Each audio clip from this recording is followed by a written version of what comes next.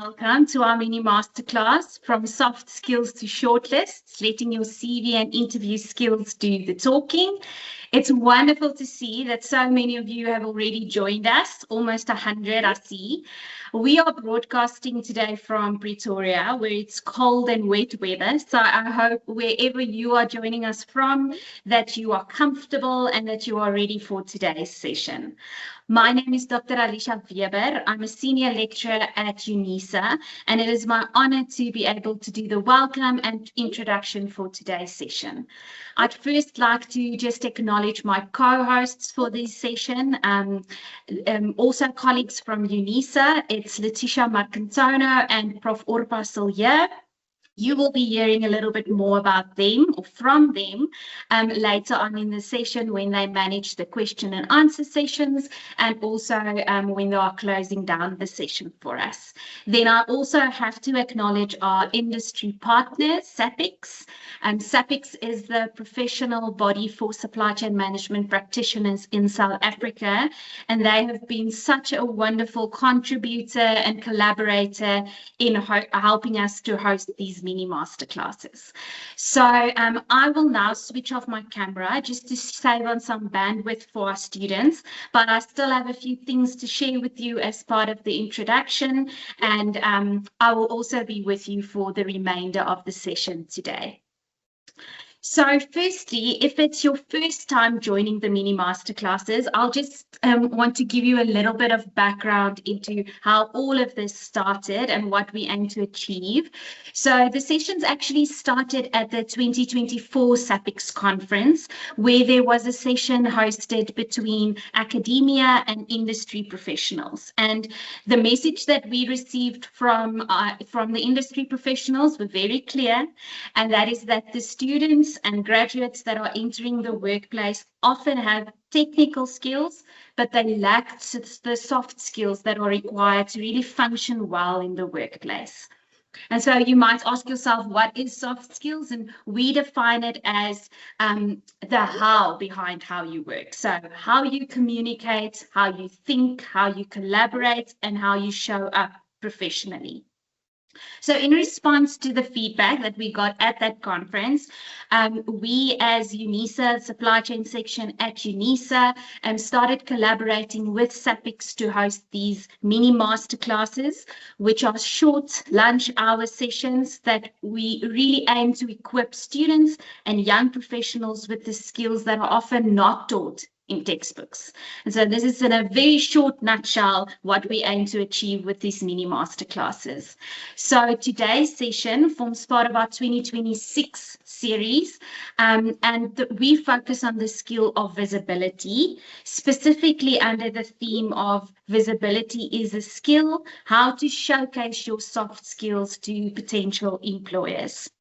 So the purpose of this series on visibility is that we realized we've spent a lot of time teaching our students and everyone that's attending the mini masterclasses what are the soft skills that you need to build. And you can look at those sessions on our YouTube channel. But we haven't really given our participants some insight into how to show these skills, how to make these skills visible to potential employers. And so that is what we aim to do with today's session. Our previous speaker, Marius, I think said it very well in that if it's not documented and it's not visible, potential employers will not know that you have these skills. And so that is why visibility is not just a nice to have, but it's really a critical professional skill. In the job market, it often determines who gets noticed, who gets shortlisted, and then also ultimately who gets the opportunity. So what are we covering today and how will today work?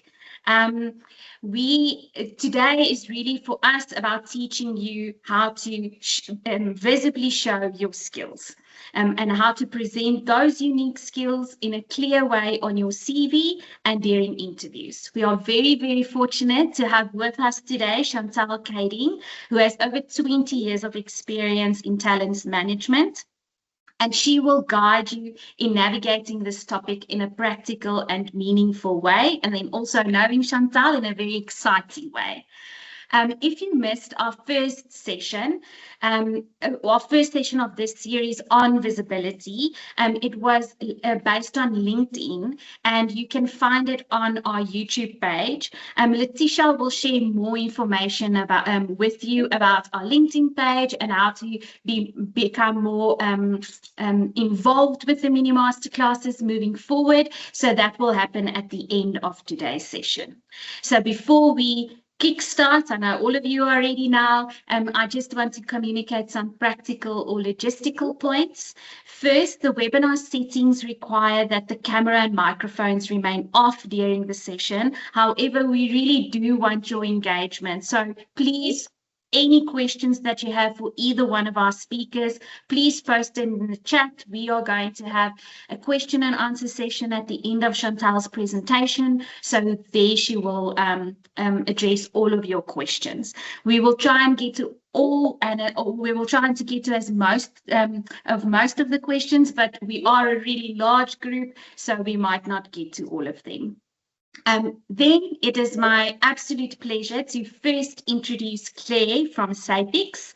Clare has more than 30 years of experience in association management, sales, and marketing. She has been involved with SAPICS since 2008 and has served as the marketing manager since 2020. Clare, thank you so much for supporting this initiative and partnering with us at UNISA to host these mini master classes. We value your participation and SAPICS participation. Clare will give you some background into SAPICS, and then Clare will also introduce our main speaker for today, Chantal. Thank you so much, Clare. Over to you. Thanks very much, Alicia, Dr. Weber. It's such an honor for SAPICS to be part of this incredible initiative that we started, and every time I just get like a little happiness feeling in me that we actually really are working and helping young professionals with their personal and professional development. I hope you can see my slides okay. And my name is Clare Fincham. I'm the marketing manager of SAPICS, as has been said, and I'm just going to take a few minutes to just tell you a little bit about SAPICS as an association and a little bit about the importance of joining professional associations. And I'd like you to I'm going to encourage you to join the society. I will put all of the necessary links into the chat, and my email address. Please feel free to connect with me if you have any questions. So SAPICS is the industry body for supply chain management. Our mission is to elevate, educate, and empower supply chain individuals and organizations across the continent. And we do that in 4 ways. We have membership benefits, we have events, we have an education program which you generally study post your studies and really allows you to hone in to the part of the supply chain management, very large end-to-end, that you would like to focus on. For example, planning, forecasting, procurement. We have an education program that supports that. Why I wanted to also tell you that SAPICS is 60 this year, which is really exciting for us, and we're very proud of the fact that we have been around for so long, and the longest type of association on the continent of its kind. Very proud that we have been able to be sustainable during this turbulent years we have, and our theme for the year is legacy to leadership, and very proud that we have spent 60 years connecting, collaborating, and transforming supply chain individuals. Why is it important, do you think, to join a professional association? And I'd like to you will have access to these slides, so I'm not going to read them, but just really, when I found my way into association management, people would look at me as if to say, well, why? And it really does give you credibility from day one. To say that you belong to a professional body or an industry body really signals commitment to your own profession. It gives you access to industry networks, mentors, recruiters, such as Chantal, and then, of course, future employers. It allows you to benchmark and to network and to just make sure that you are really practicing in the best possible way in the industry and in your chosen profession within supply chain management. We have webinars, we have the conferences, we have a huge body of knowledge at SAPICS, and any other association will have that too. We have, and obviously there's the career opportunities, internships, etc., which you won't necessarily find on LinkedIn. Start building your career before you graduate. And I know that we also have some young professionals on the call who have already graduated, but I always think it's never too late to start building your career. And it allows you to, being a part of an association, allows you to network without pressure. You're not networking to find work, you are networking to learn more and find your way. What kind of industry do you want to be in? What kind of work do you want to spend your time doing? It also gives you lots of discounts and exclusive access to our mentorship program, visibility with employers, and leadership opportunities. There's a lot of opportunities for volunteering. Chantal, our speaker today, is a great volunteer for SAPICS, and she's always putting up her hand to help. And that gives her exposure and helps her with her own professional and personal development. Opportunities don't usually come from sending connection requests, they come from conversations. Now, obviously, you can do that the other way around. You can meet somebody at a conference or at a site visit with SAPICS and then say, oh, yes, I'm going to connect with you on LinkedIn and let's carry on our conversation on that platform, or let's go and have a cup of coffee.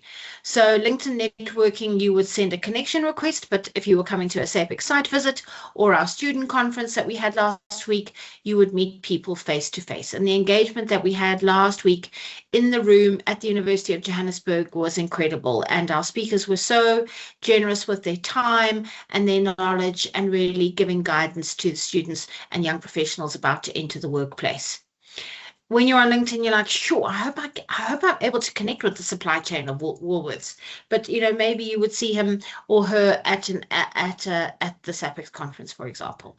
You're also competing with a lot of messages and a lot of noise, and we will have had many MiniMaster classes that would have told given you guidance on how to be remembered personally. Quickly onto the SAPICS membership. It's 166 Rand excluding VAT, so 190 Rand for the year for membership. It's a once-off payment, and as soon as we receive payment, we then activate your membership. However, we do allow you to pay your membership fees over 2 to 3 months as a student. And when we receive the last payment, then we activate your membership. So I mentioned the members only events, site visits, breakfasts, and webinars. You also get a big discount, a 75% student discounted registration fee to attend the SAPICS annual conference. If you're in Cape Town, you may want to consider doing this. It's from the 19th to 22nd of July in Cape Town.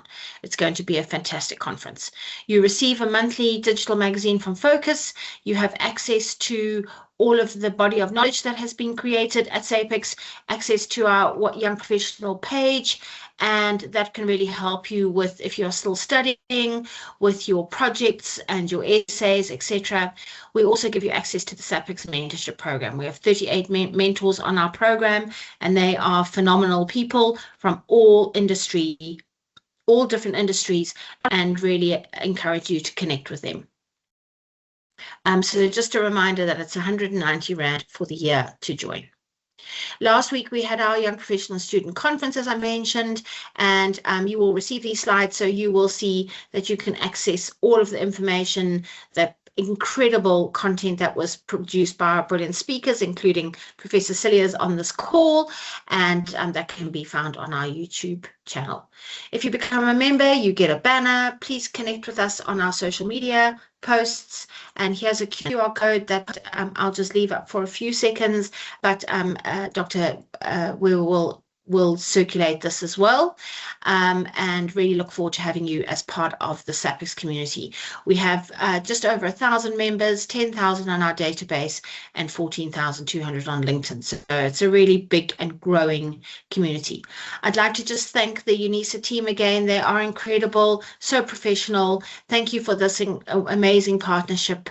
And I'm now going to introduce Chantal. Sorry for the speed of that, but I'm going to I will put some of the links into the chat. So Chantal Kading is the founder of the People Shop and Peak Performance Africa. She has had 20 years experience as a leadership strategist and a talent advisor to blue chip companies and multinationals. She's also a SAPICS member, and she has been a really long-standing supporter of the association. She has an BSc Honours in Psychology from the University of Stellenbosch, and she's an ambassador for the Amy Foundation, and she's helped upskill and place over 4,000 unemployed youth in the Western Cape. It's incredible. As an international conference speaker, published expert, and certified firewalk instructor, and I've witnessed that personally, it's just incredible. She's also summited Mount Kilimanjaro, and her mission: to raise the grandchildren of Africa through transformed leadership consciousness, inspiring people to achieve mastery, excellence, and lasting impact. I'll just put my camera on just for 2 minutes so that you can see that I'm not a robot, and I hand over to Chantal, and thank you everyone for your attention. Good morning, Sawubona. Let me know if you are able to see my slides. There should be emojis or something kind of popping up. There you go. I've got a heart from someone, which is amazing. So it is my pleasure to spend the morning with you. Would like to take lunchtime with you. I hope you've got your cup of tea and your sandwich with you. I can't see you eating, so do both. It's very welcome. My name is Chantal, or Charismatic Chantal, and I specialize in the art of the possible and forging and nurturing raw talent for the better part of a quarter of a century. So I obviously am not able to see all of you, but I'd like to get to know you a little and also get you to know yourself slightly better. So for the next 20 seconds, I'd like you to write down your top 3 animals. Once you've done that, again, throw the emojis up, either hearts, thumbs up, anything. Write down your 3 favorite animals. It has to be 3. We can't stop at 2. Go for it. 3 favorite animals, and then emoji to let me know that you are done.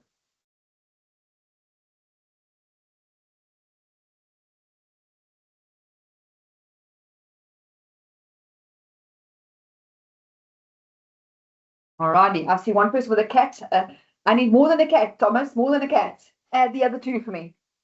All right, there I've got, I'm going to say, a couple coming through. Alrighty, you can see there's dog people in this business. Fantastic. Brilliant. We're better if you typing them in, and I've got my chat box open so I can see you from the corner. So a bit of, what you can call it, quack psychology. Here is the answers. So I'll actually show you mine. The first animal that you wrote down is how you want the world to see you. In my particular case, it's the elephant. And what I want you to think about is what qualities about that animal makes them appealing to you.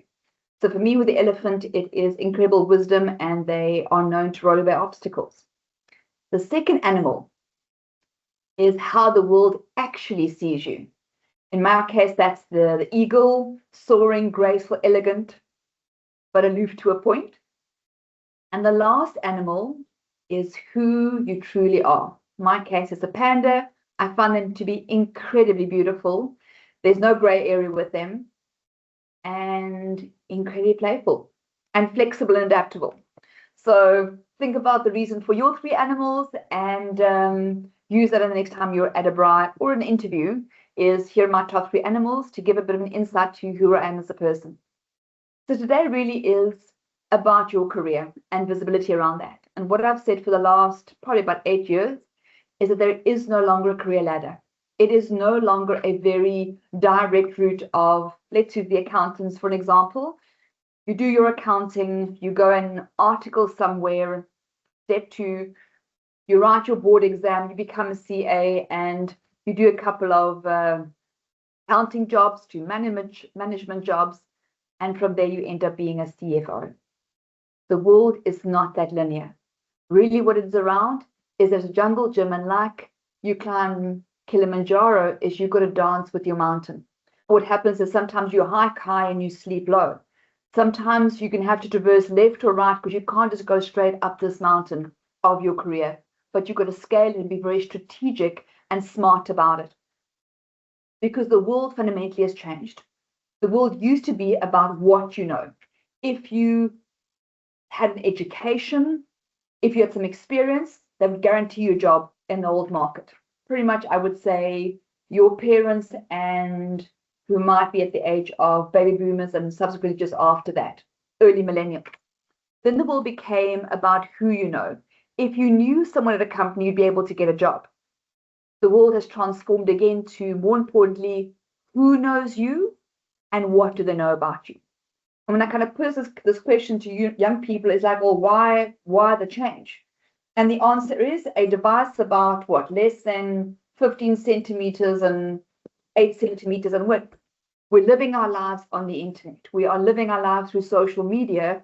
And so because I am a follower of Beyonce or of Jeff Bezos, for example, I believe I know these people, but the reverse is said for you.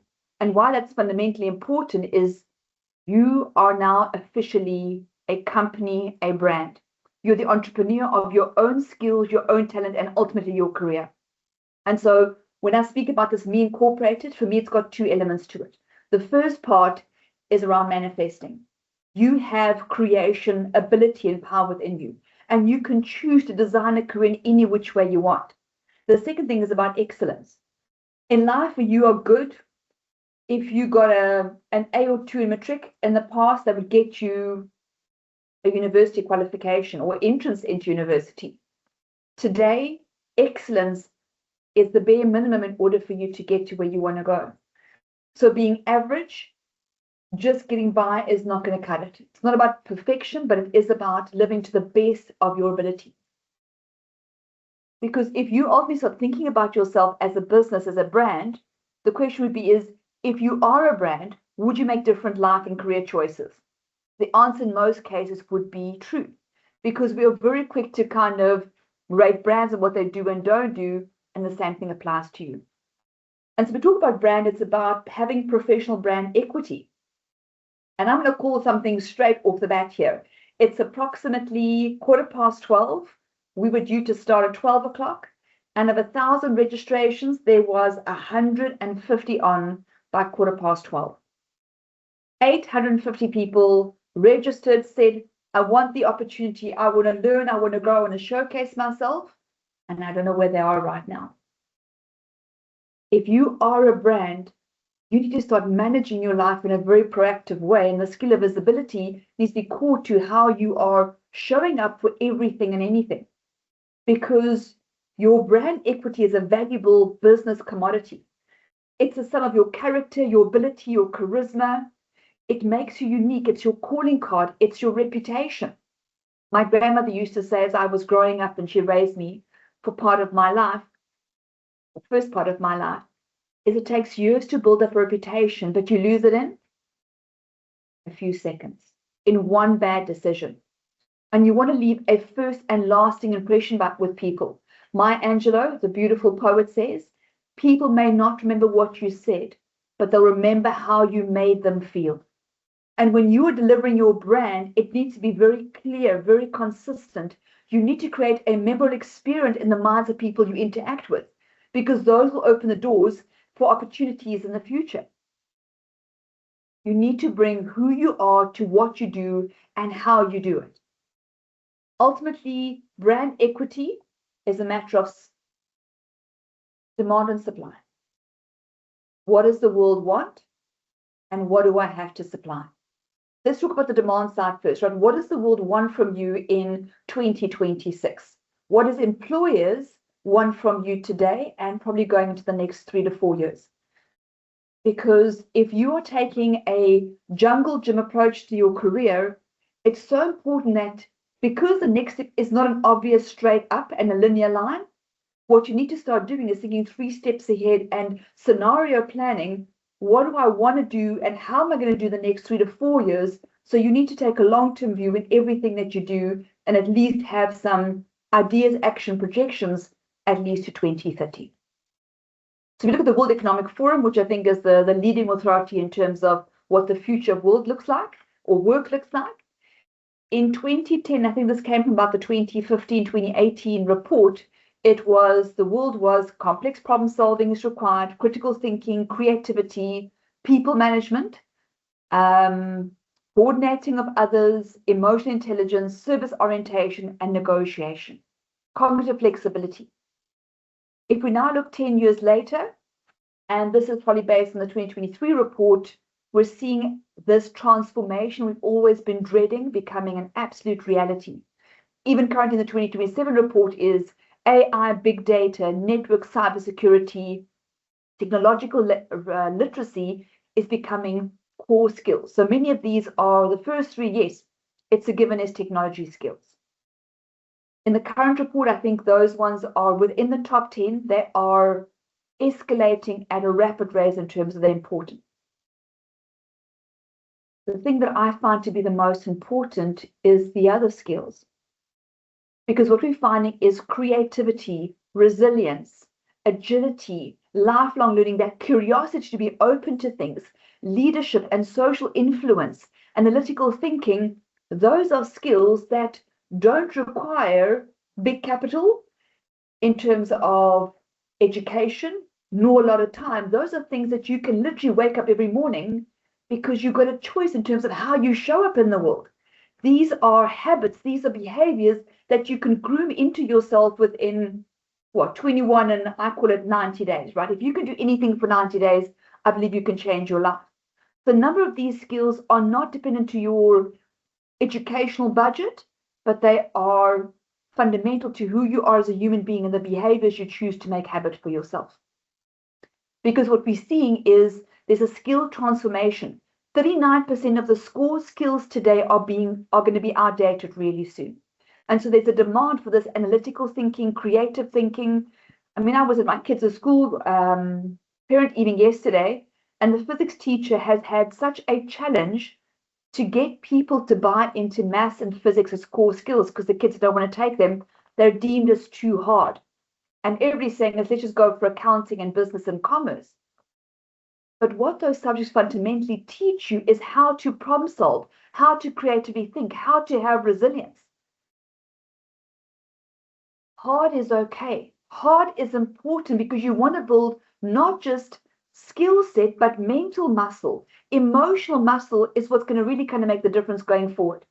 If we are seeing industry trends of green energy, AI, data analysis, technology-driven sectors, you need to be able to not just have a commerce degree, a science or engineering degree. What you need to be able to do is to apply that knowledge in these kind of sectors and solve problems that aren't going to come out of a book.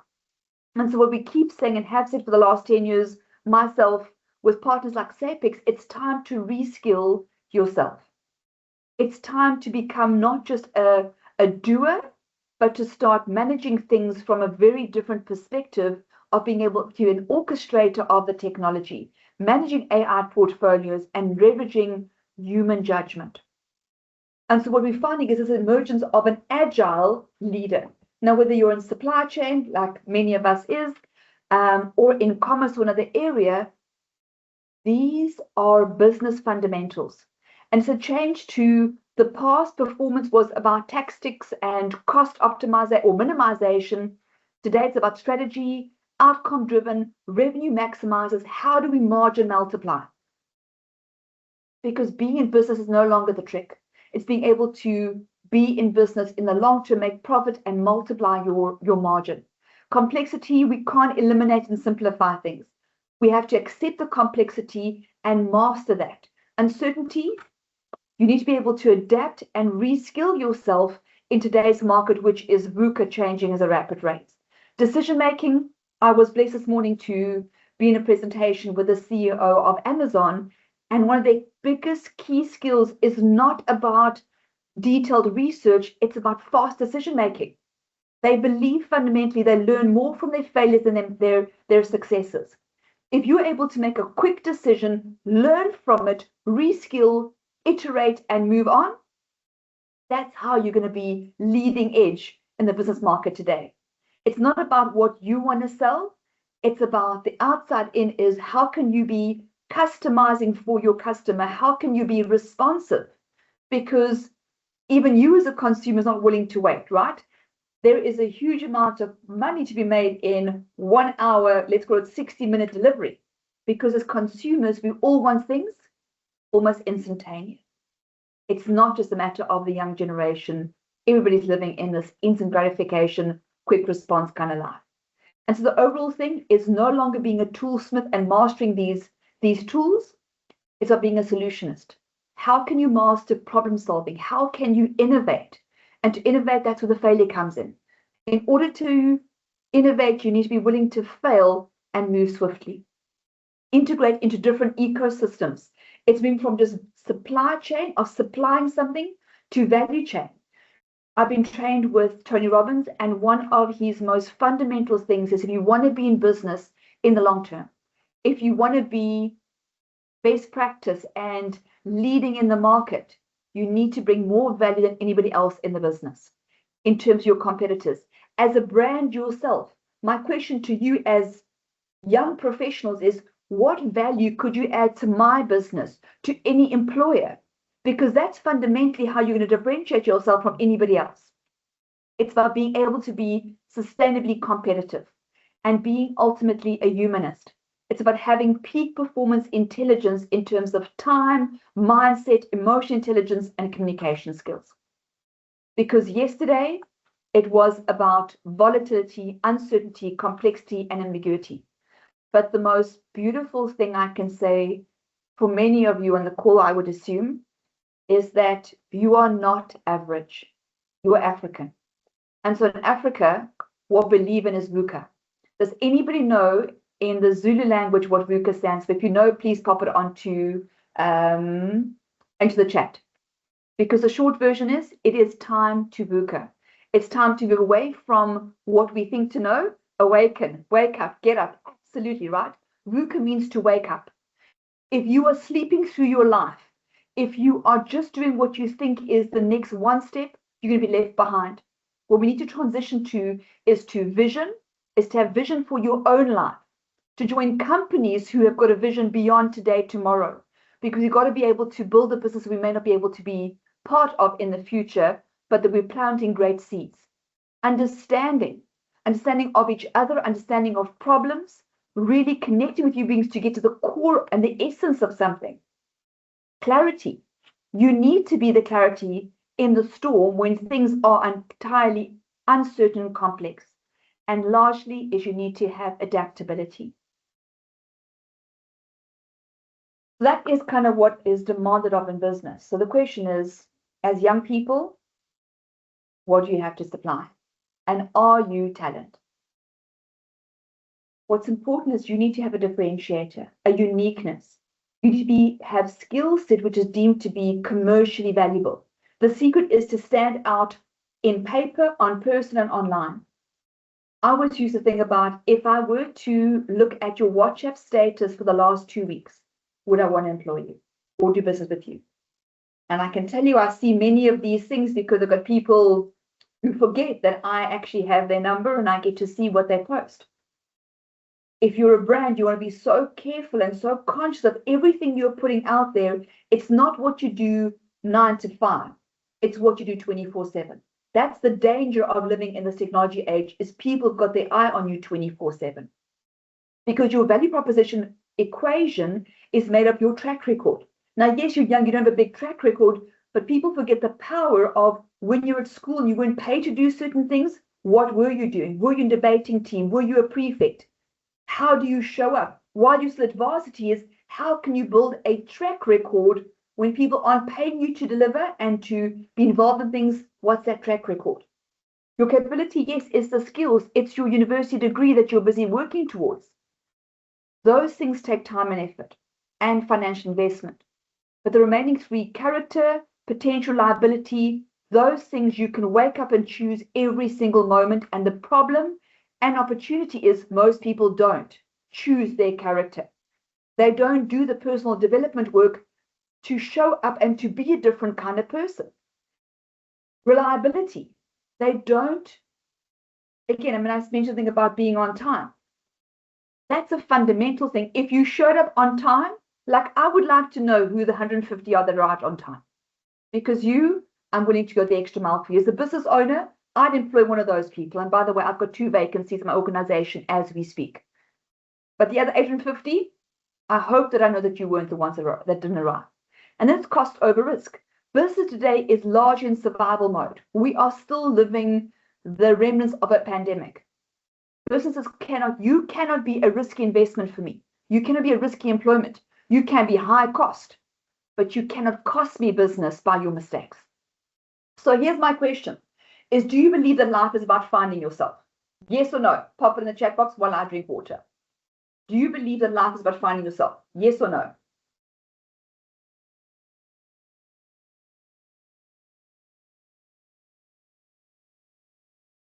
Okay, I'm getting a yes. Linda Kootle, you are very welcome to ask Claire for my number, and you and I can have a conversation. You'll get some free coaching from me. The answer is no. And I thought the yes is coming through. So the short answer is, George Bernard Shaw said it the best. Life isn't about finding yourself. Life is about creating yourself. Good job, Admire. Because fundamentally is every single human being has been gifted talents. Whether you've got a degree, don't have a degree, doesn't matter. But your choice in life is to say, what am I going to do with this smorgasbord of ingredients that I've got? And to create my best life, to create the best career I can possibly dream and fathom. Because ultimately, there are brand crafting tools you want to have, or you build your toolkit based on this. One is the things you are strong at. You want to showcase and store with your strengths. Your weaknesses, be aware of them, mitigate those weaknesses, and develop a new skill set. Values, you want to align your values because it comes back to that character is who are you fundamentally? What matters to you? What do you stand for? If you are clear about those things, I would rather take someone who is clear about their values, their interests, who's got great attitude, than someone with the best qualification. Because character ultimately is what I'm going to have to deal with every day when you're working for me. Passion, pursue your passions and fulfill your purpose. And so let's talk about these skill set, right? The tools you're going to use in order to highlight your visibility and to showcase yourself to employers. So in terms of a career, you've got to have that persistence. You've got to be able to lean through the challenges when you're summiting a mountain, including a career. So the first thing is CV. So in our business is we don't talk about CV. It's actually a swear word. What we speak about is a POE, a portfolio of evidence. And the differentiation for me is when you're trying to put together this portfolio, a portfolio is actual evidence.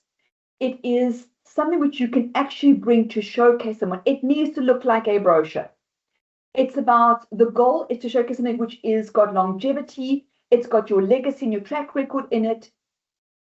A resume is very much not about your responsibilities. It's too often people who've been employed put down their responsibilities, not their outcomes. So the first thing I want to kind of mind shift you around is don't give me a CV. Prove to me how well you've done what you've done and what the outcomes have been. Because what I get paid to do, and have been successful for 25 years at, is reading between the lines. And so I'm going to fly through the next kind of part, which really is around CV. And I want you to kind of, if you're sitting in the background there, is, thank you, Butle, is to really kind of, if you've got questions, you have me captivated here, or a captivated audience for the next, I think, almost 40 to 50 minutes, is when you got the chance to ask questions, ask me specific ones based on what I'm kind of showing you. So in terms of CV, biographical details, if I tell you how many times we get CVs with no cell phone number on, I had an exceptional professional last week that had his telephone number was wrong. And only because I need a skill set that he particularly possesses, I made the effort to email him. But any other given Sunday, I wouldn't have bothered. As a person of equity, you want to showcase if you are someone of equity, because that is still a trump card in South Africa. If you're a woman above a man, women are deemed more lucrative than men. ID number is if you're under the age of 35, you are seen as youth. Companies want to employ you. Criminal credit default, try not to have that as part of your repertoire. Make responsible choices. And if you're in debt right now, make sure that you don't get a credit record. Do whatever you can to not get blacklisted. Because again, reading between the lines, when I have a criminal record or a credit default against my name, I get deemed as untrustworthy. It's not a truth, but that's the assumption gets made based on a portfolio of evidence.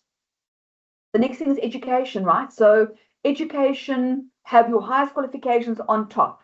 Highlight your courses. If you are computer literate in anything right now, things like Python, like R, all of these new technologies, you can get a very basic Udemy course and at least start familiarizing yourself with them. Take baby steps and work your way into these kind of skill sets. This morning, Amazon said to us in the Western Cape, I'm not sure if it's the same way anywhere else in South Africa, in Herengracht, Amazon has a training center which they will teach you AI skills, cloud computing, free of charge. If you do the homework, if you're willing to do the legwork, you are able to get yourself skilled in the technologies which are currently prevalent.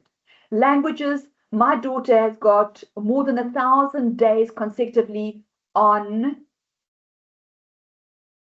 I've hit an absolute Duolingo. It is a free app that you can learn almost any language in the world on. She's been doing German and Spanish for the last, 3.5, almost 4 years. Learn a language. I had someone in my network who was proficient in our 11th 11th language, least used language. She was on the side doing translations for Parliament and made incredible financial resource by that because she was able to learn another language or newer language very few people in the country has. What skill set could you be able to build with very little investment, because time and money is not your biggest problems, right? Attitude and follow through is the things going to make a game changer for you. Things that are incredibly powerful, as I mentioned earlier, is what did you do at school and varsity? If you didn't have the great marks, then did you do leadership, community involvement, sport, culture? If you're a debating team, I assume that you are a great communicator. If you played team sports, rugby, soccer, netball for all of your school career, you're a great team player.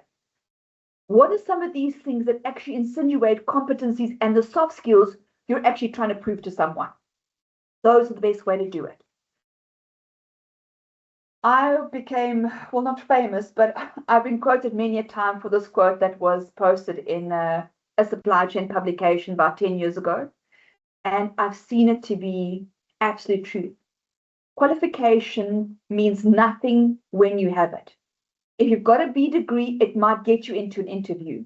It might allow you to apply for something. But then it stops being useful. No one's going to ask you again when you're in the door is what your degree was or how well you performed on. The counter side, though, is education means everything when you don't have it. If you don't have the degree, if you don't know a technology like Python, if you don't have, let's talk supply chain, if you don't have SAP skills, you will not be able to walk through the door. You won't get a seat at the table. Education is still incredibly powerful in our country and I believe worldwide. The biggest skill is not to study once. I think that's why I think UNISA for me is such a wonderful educational institution, which has predominantly still been in the part-time study ability, is if you can't study in your 20s and not in your 30s and 40s. I deal with so many executives who are stuck in their career, and the reason is they haven't done a course since they did their engineering degree in their 20s. So be a constant, continuous learning student through all of your years. I would say, my gut sense, and I'm thumb sucking this, but I really think to be is every 3 years you should be studying something. And a 1-2 week short course in your company is not what I would call studies. You want to keep honing your skill sets, and places like Smart, UNISA, SAPICS are great places who will give you the kind of courses that will elevate your career. So in terms of work experience, the short and long here is super important. Don't give me your responsibilities. Give me your 5 main KPIs. What are you measured on? And even, again, you would be surprised how many companies don't do performance appraisals. And I can tell you in their companies why they are struggling. If your company is not performance appraising, if you don't know what the 5 things are that your company, your line manager, your team are being measured on, that's something I would recommend you go and ask your boss. What is he being measured on? What are you being measured on? Because if you don't know, he more than likely does. And your department's being measured on, because if you could start focusing your work or 2 or 3 hours a week on those kind of areas in the business, you will start standing out and become more visible in your organization. What is your CEO being measured on? What is your company's top strategies for this year? And is there anywhere that you can start playing, or does your function, whether you are in a warehouse in your organization, if you are on the purchasing side within that department, where does the work that you're doing impact or make a fundamental change to the company's strategic kind of focus? Because you are more than likely contributing in some way, shape, or form. There's tremendous power in part-time work. If you're a full-time or part-time student, I recommend, if you are able to, do part-time work. I've got graduates who are doing part-time tutoring. 2-3 hours a month is still part-time. Because in my entire career of working with the best companies in the country and globally, from McKinsey, if you want to know what the best companies, McKinsey, Anglo-American look for, they look for the people who are balanced, who did extramurals, who did leadership, not just the top marks. In work and in studies, people who've done part-time, students who are able to balance multiple different elements, not just studies, make for the best employees, and they become the top peak performers. So in short, in terms of kind of wrapping up this POE kind of side, is when you're sending out a CV, it really is, the one that I'm going to leave you with is brochure. If that is not a high gloss brochure electronically when I get it, then you want to kind of just relook at it. So quick, again, keeping you guys entertained is picture, no picture. Should you have a picture on your CV or no picture? Yes or no? Picture, no picture. Yes or no? Okay, I've got a no coming through, couple of no's. Okay. Nonto Kezo, I think it was. Nonto Kezo, again, you can ask. I'll probably do a group call with a couple of you, right? So ask Clare for my number, and I will create a 1-hour free coaching session with the people who are showing up. So in case you're wondering, yes, I'm doing this so that I'm not bored. But number 2 is I'm allowing you the opportunity to showcase yourself, because your lecturers are on, your professors are on this call. You want them to know your name. SAPICS are in this call. I have got a career consultancy that finds employment for young people, amongst the other things that we do. If you want to showcase, they say is hustle until you no longer need to introduce yourself. When your name is mentioned, you want people to mention your name. You want them to remember your name. You want to be able to do the kind of work that your brand is speaking for you, and that other people are able to mention your names in group and rooms that you're not part of. So showcase. The short long answer is, my recommendation is yes on a picture.